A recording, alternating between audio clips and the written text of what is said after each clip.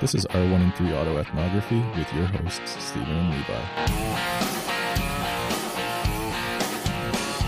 On this episode, we'll be speaking about our maintenance.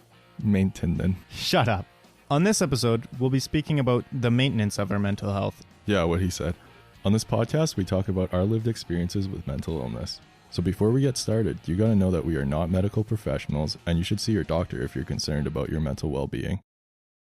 In episode 1, we talked about starting the whole journey and how we got there. Do you want to just quickly reflect on what started you to do all this?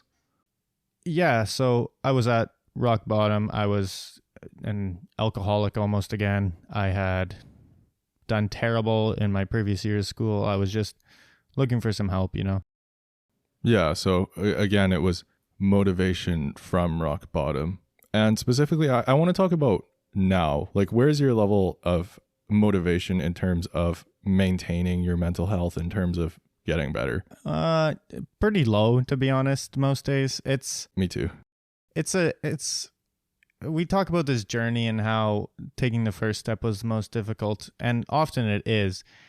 But the most consistently hard thing to do is staying consistent. Yeah, staying consistent. Keep taking care of yourself, really, every single day. So for me, that entails like waking up at a strict time, like pretty early in the morning, and taking my medication and trying to remember to eat breakfast, and then, like getting started on schoolwork early in the morning. And if I'm able to do that, then it does help with my mental health, because it helps me feel more accomplished about my day, and it helps me remember to take those breaks and be self-compassionate, because I won't be pushing myself to work all afternoon on the stuff that I could have completed in the morning.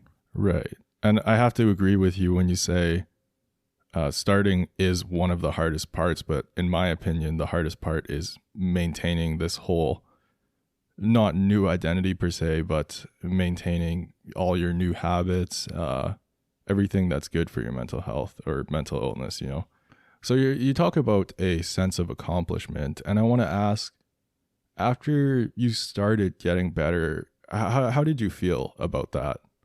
I definitely felt good, and it felt really good to have people who were close in my life recognize that, like say you, for example, or my girlfriend. And when you pointed out, hey, Levi, you're doing really good recently, like you don't seem depressed, and it doesn't seem like you want to drink yourself into oblivion, like it felt really good. Also, I felt good just because I was proud of myself, because this is something that had been bothering me for years and years, and it was something that I really had wanted help with for a while. And it's also, I didn't know what was the matter. So it's when I knew what was the matter, and I knew how I could change my life, or how things could help me, such as medication or therapy, and then I started practicing them, it made me feel a lot better. No, so at first, it was like this rush of support and better feelings, excitement, basically, like because you're getting better and you're making all the proper steps and everything feels great, But when did that motivation drop off? Immediately, but also not actually immediately. Like, it was seeing myself get better up into a point, and I was excited about getting better until all of a sudden I've hit this point in my life now that it's like, if I want to maintain this level, because I do feel like I'm fairly mentally stable now and fairly okay with who I am. If I want to maintain this level of mental health and self-esteem, then it requires me to put in effort every single day, and that's sort of boring, The way that I like to put it is like, if you start a change in your life, any sort of change, like say if you were going to go on a diet or start exercising or stop smoking, the first few months or the first few weeks, they're very challenging, but they're rewarding, because people around you are noticing this new person, and you're telling yourself that you are this new person, and you feel great and you're feeling motivated, and there's so much that you're learning and doing. But then it starts to die down. People aren't noticing anymore because this is the new you, and you're still doing the same things over and over. You get into this routine kind of. And then you get to a point where I feel like I am right now, where it's just like maintenance. But you get to a point where you're not really learning anything. You get to a point where it feels like, what's this for? You know? Like, because I'm not at that low point, I'm not at that rock bottom like we talked about in episode 1.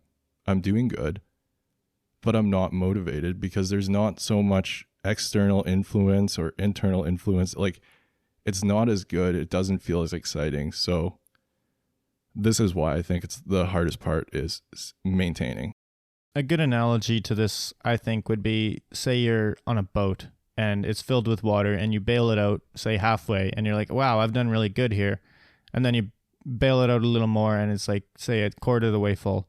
And you're floating and you're able to sail along just fine, but it's continually leaking and you have to keep bailing to keep floating. And it's like, well, this is kind of not really worth it at this point. I should just make for shore. What is shore in this analogy?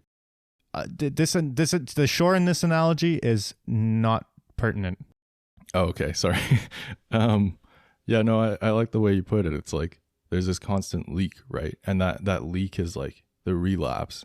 So that would be eating poorly, that it would be smoking again, or it would be not exercising. And in our case, it would be not taking care of our mental health. But again, at first, it's really motivating because you said you see the immediate change. It's like the boat isn't sinking anymore. You're not feeling as shitty. So it's great at first, but then you're starting to float and you're like, why does this matter? You know? Yeah, that's exactly what I mean. And it's also, in a way, it's like, do I really have to do this? Or I was getting along just fine, even with my boat full of water. I was sunk, but like I wasn't dead. Yeah. And sometimes I like to reflect on the way things used to be, the person who I used to be. And I know for a fact that I don't like that person, but it's kind of boring now to be maintaining this, you know?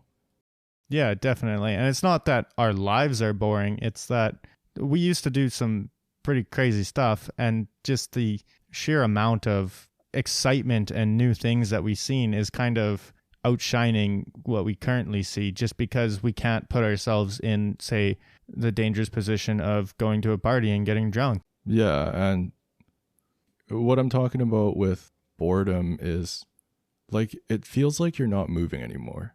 Like you're stagnating, you know, because you're at this point in your journey where it's like everything feels great.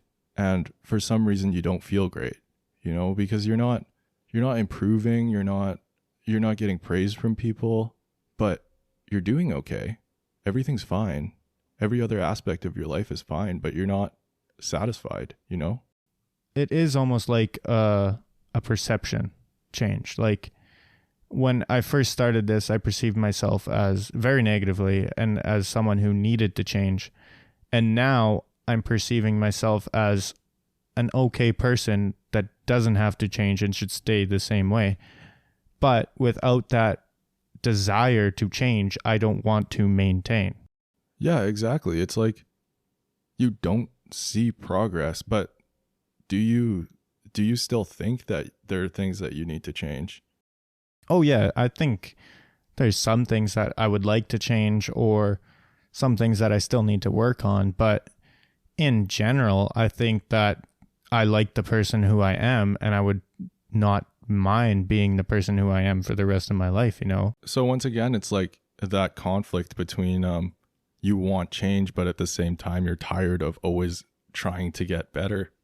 Yeah, definitely. And it's also, it's every single day you put in the same amount of effort, right? You don't see your change. You don't see yourself change, but you... Wait, can I just interrupt you for a second here? You talk about effort, but I kind of want to like reframe that. I don't think it's the same effort every day. I think it's the same task every day, right? Like all of the time you're doing the same shit, but it's really, really, really, really difficult some days. Sorry, what were you saying? Yeah, that's definitely a better way to word it. But it's like that through the maintenance effort that we put in every single day, we are changing every single day. We're just changing in a way that doesn't change. That makes a lot more sense, but And it is boring. yeah, really, because again, you're doing the same task, but it's different effort every day, because you might be having a shit day at work, you might have had a bad conversation with your boss or a coworker or something's going on in your life as a student, bad exam, bad grade, but then you have to go home, you have to journal, you have to speak to your psychiatrist that day maybe, or you have to take your medication, or make sure to take your medication, talk to the pharmacy, all that stuff. So while that's going on, the rest of your life is going on, right? And it just feels like it's so much effort to do something that honestly feels like it's not providing you value anymore. So you start to question it, like, why is this important if I'm feeling better, right? Yeah, definitely. And it also, you fall back onto, there was times that I felt like I was on top of the world when I wasn't doing all these things, You reflect on the past in sort of a subjective lens, right? Like, when you think about the person that you used to be, who do you remember? I see someone who's a lot more, it seems like, appears to be more confident than me, or more funny than me, or more socially active than I am, or has greater interests and seems more alive and energetic throughout the day. And I know that isn't the truth necessarily, maybe more social, just because, I don't get out as much now.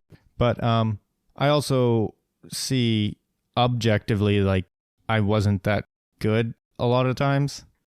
I don't really care that I was not a good person, It's like, I still kind of like the person who I was. It's looking on the past with rose-colored glasses, really, even if I'm looking at myself objectively. It's like, unless you're in the moment, you don't really remember how it feels to be wanting to die every day, or wanting to drink your feelings away, or just feeling really awful in general. Like, you don't remember that. Are you saying that you remember more of like the partying and the positive experiences of who you used to be? Not the positive experiences per se, but more the adrenaline fueled experiences, or more of the intense feelings or intense experiences that I had. It's almost like you're remembering like you said, the adrenaline fueled experiences, because no one talks about like them sitting on a couch getting existential, right? I mean, we have, but yeah, obviously, but I think that's the problem with maintaining a day to day, because it's no longer exciting to tell people. It's no longer exciting to tell someone, I had a really good talk with my counselor today, or I'm on this medication and I feel great, because at first it's like, this is memorable, this is great. It's not adrenaline fueled, but it's dopamine fueled, and you're like, this is great. But then comes that point where you're like, it's the same thing, Though I do still think that we should be able to get excited about these things, because oftentimes they are exciting things, or things to be excited about. Say, talks with your therapist, or getting your dosing right on your medication, or even switching your medication because you weren't doing okay with it, like. Yeah, but it's conflicting. Like, I get excited when I think about that stuff in my own journey, but I know that there are times when I'm just like, when I reflect on the person who I used to be, I look at it subjectively too. I'm like, I used to be a hard drinker and I was cool. I was really fun, hysterical, whatnot. And I'm like, isn't it weird that that's more socially acceptable than someone who's taking care of their health? That is definitely very weird. And it is something that I don't like, really. Kind of want to talk about that. Like, who in your mind is the idealized version of a 20-year-old male? Just in terms of like traits. Yeah, it has to be lean, but also has to bodybuild, and also has to be able to party and drink and not care what people think and everything like that. Every stereotypical masculine, quote unquote masculine trait, Mm-hmm. And it's weird to be 20 years old and, be 21. Sitting, 20 and 21, sitting across a couch, staring into Levi's eyes. First of all, because it's Levi. But second of all, because you're like, you're 20 or you're 21 and you're in this mental health journey, you're maintaining this journey and you're starting to question it. And it's hard not to go back to the person you used to be, because you're like, I kind of miss that. And everyone else is doing it. Everyone else is drinking. Everyone else is having a good time. No one's taking this thing as seriously as I am. I also get somewhat of a I'm so much better than everyone else complex because of that. It's like looking at, say, pictures from a party that I didn't go to and people are just wasted there. And I'm like, well, I'm better than all of them because I didn't go out and drink. And that's not true, obviously. And it's like definitely something that, well, I used to feel it more when I was not drinking and you were drinking. But it's also something that you have to recognize that just because we're on this mental health journey and we've decided to do this, that it's not everyone's choice in life and we can't really judge other people's choices. Well, yeah, like everyone's going to be at a different stage. So I suppose the norm at every stage is going to be challenging because, I don't know, like I said, I spent my whole life trying to be normal and fit in and all that stuff. So again, I'm kind of deviating by doing this journey instead of drinking, partying, being on Tinder, all that stuff. It's like, it's conflicting, because you're doing so much better, but it's no longer fun. It's no longer exciting. It's just feels like work. It feels like work. Yeah.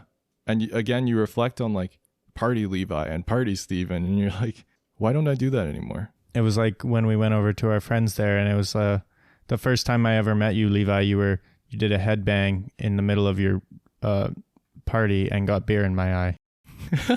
Yeah, exactly. But let's steer this conversation back to maintaining some of these new habits. What were some of the old habits that you got rid of to kind of better yourself? Drinking, smoking, shutting people out, definitely. And it's not really a habit or a coping mechanism, but I also worked on developing healthy and proper dialogue with people that I am close to in my life. Like, say with my girlfriend, I've worked on developing our dialogue and our conversations and how I speak and what I'm comfortable speaking with, and it's also broadening my horizons and how I think of the world and how I view it, really. Yeah. So it's not really habits per se, other than like, say, drinking or laying in bed, crying all day. Yeah. I suppose it's more a shift in how I think. And again, initially that's rewarding because it's challenging and you feel like you're doing great. But then at this point, how are you feeling about all that? It's like it doesn't even matter anymore, really. What do you mean by that? It feels like that these things no longer really have a bearing on my life, even though they do, and I know they do, but it doesn't feel like that, It's like I'm at this point, and this is what got me to this point. I don't need to do this anymore because I'm here. Yeah, even though those are some of the things that keep you sane, right? Yeah, definitely. And I don't know, but wait, what was your question? I just lost my train of thought immediately there. I honestly don't remember. Okay. Anyways, yeah, silly ADHD, but it's also, in a way, I kind of still like doing these things because it has become routine and ritualized, like it's something that calms me down, or it can center myself with it, I guess like the thing about any habit is like once it's there, you kind of don't recognize that. So that could be, or that is the same way I interpret a lot of this mental health stuff. Like, it's great, don't get me wrong, but it's like another habit, like my routine before going to bed is taking a shower and brushing my teeth. And that's kind of how I feel. Yeah, I don't have a complicated one like Levi. I'm not cool. Bro, you shower every day? Every day, but that would kill my hair. Well, I wash my body more often than I wash my hair, but anyways. I sweat a lot. It's just this routine. It's this habit, right? So, and that's the same thing with any of this mental health stuff. It's become a habit and it's no longer exciting. Or what are you laughing about?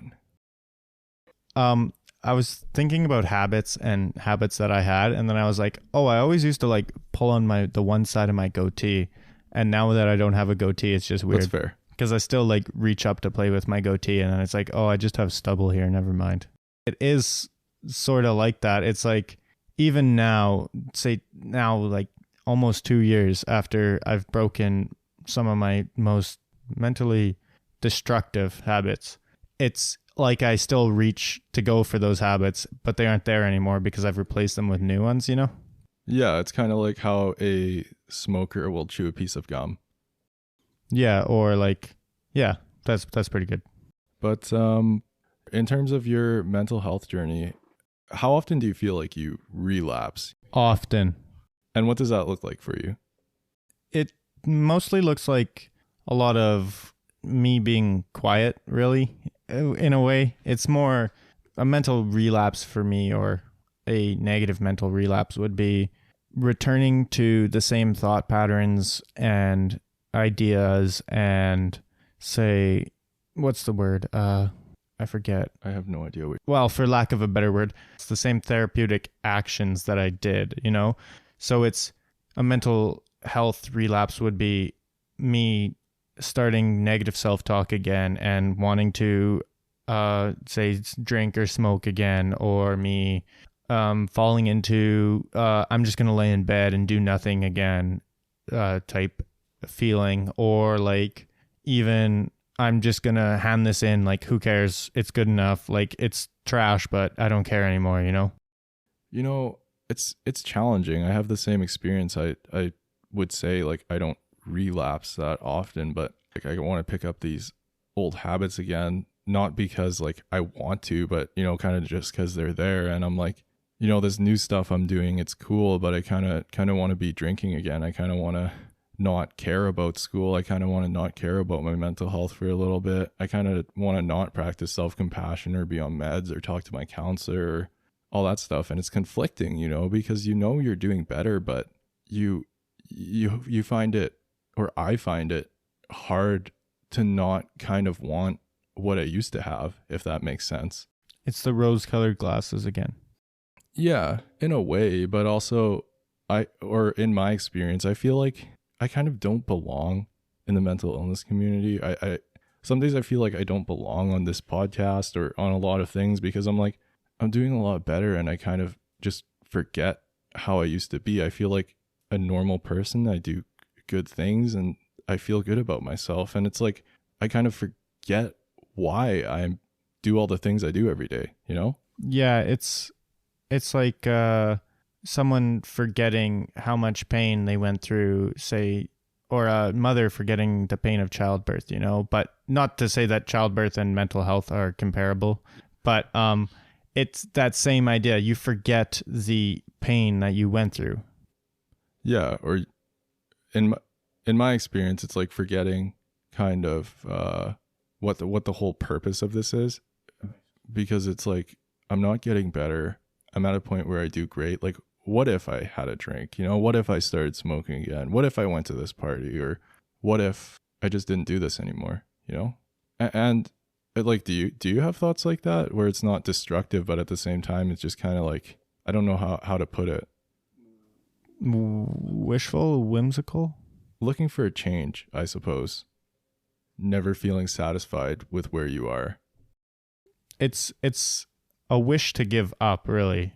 And it's like, I'm tired. I don't want to do this anymore. It's difficult. I just want to go back to the way I am, or way I was. Because it was, do you think it was easier to be dysfunctional? Yes, it was far easier to be dysfunctional because it didn't require us to do anything, right? We could just be ourselves completely and not have to worry. We didn't face consequences, really. I mean, we were lucky in that regard. We should have faced some serious consequences, like academically, for sure. I know. Like, eventually it catches up with you, right? You said, like, you can be you 100%. Do you think the dysfunctional you is you? I think that's how I still perceive myself to be me, mostly just because I think the time I spent being dysfunctional and how long, you know, and really because of the impact on my life it had, because it did have such a large impact on my life. But I don't think it's the true me, you know, it's more me without any change. Without, like, unfiltered Levi, like who you used to be or who you genuinely are? It's unfiltered Levi, as in if the filter was proper mental health and proper understanding of everything in his life. So all this like mental health stuff, all this managing your mental illness, do you feel like it's something you do every day? Like it's a battle almost? Yeah, almost. I wouldn't say it's a battle. It's more like tedium, or not necessarily tedium. It's more like, say every single day you had to roll the stove out and clean behind the stove and clean the top of your cupboards and everything like that. It's more like that if you had to do it every day. It just gets tiring because sometimes it's a difficult task, like, oh no, I spilled soy sauce all under my stove, I think the thing about like all this mental illness or mental health stuff, it's not a reaction, so it's prevention.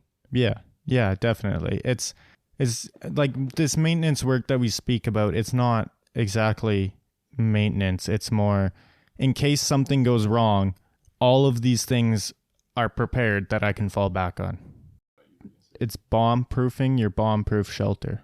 Yeah. And I guess on the days that you do have like relapses or a bad mental health day or your symptoms start to flare up, how do you feel about all this, how you maintained everything? I feel like I should do more on those days. Honestly, it feels like I haven't done enough to prevent me from slipping backwards. It feels like I should be maintaining more. Like I should be preparing better, really, especially on like bad days, like I can't function on those days sometimes just because I didn't prepare well enough. Like, do you almost feel guilty for not doing more? In a way, yes, but also it's like I've just come to accept that sometimes I can't do enough. Yeah, and that's I suppose that's the big shift, right? If we're preventing a disaster rather than treating a disaster, it's going to be different. Like if our mental illnesses were like, say, a fire, right? Using a fire extinguisher would be like immediately getting counseling and all that stuff, like the first stages of that, right? Because that's when you see like the most immediate results. Like the fire starts to die down, you can start to manage it, but then you start to maintain. And that's like making sure a fire doesn't start again. And some of these prevention techniques, I suppose, what habits are you maintaining every day to prevent the forest fires, as Smokey the Bear would put it? I properly water and extinguish my fires before leaving camp. And if there's a fire warning in effect, I do not start fires. Okay, that's lovely. I love that. Thank you so much. But in terms of like your mental health or whatever, what do you do? I make sure to communicate with like my girlfriend and you, like previously I've communicated like things that I've felt during these times. So like if I am feeling like this again, you guys understand and can help me if you so choose, And it's also, I make sure to say, even now, like practice self-compassion because that helps. Or I make sure to read up even on different types of ways to, say, manage symptoms of ADHD or manage depressive moods or anything like that. Or I try and stay sort of organized and up to date on my work, because if don't, then it's just going to make everything so much worse, And like other things that are just hard to explain, but are like not really subconscious, more conscious, like just thinking and preparing mentally, really. Yeah, like rather than beating yourself up if something happens, adopting that new mindset. Yeah, it's more implementation of practices that I have learned, and that's sort of the preparing, because then if it does get really bad, I'm practiced at implementing this, Mm-hmm. And I suppose at the point in your journey right now, it really seems like you know what you're doing. Well, I know what I'm talking about. It's not that I know what I'm doing. Mm-hmm. Do you feel like you have a lot you need to improve on still? Yeah, yes and no. At the same, like, I have the knowledge. I am able to apply it at times, but then at other times that seem critical in retrospect, it's like I can't apply it. In terms of like your new habits and your new identity, do you kind of remember why you do it every day? No, not really. It's like it's just become so commonplace and routine that I don't bother to think about it anymore. But I should. I mean, do you? I kind of know why I do things like mood tracking my calories, exercise every day, all that stuff.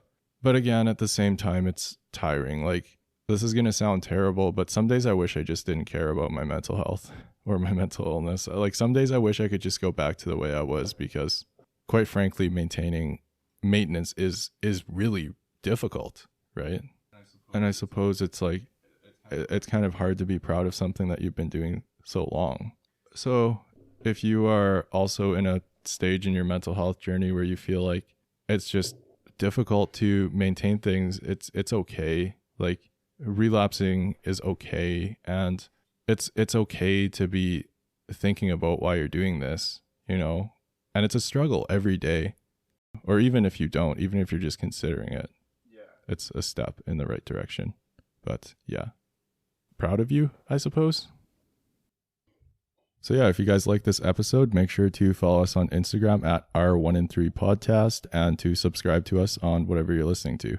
The resources and references for this episode will be found in the description. And if you want to learn more about this topic, then please check them out. So once again, I got to say that we are not medical professionals, and you should talk to your doctor if you're concerned about your mental well-being.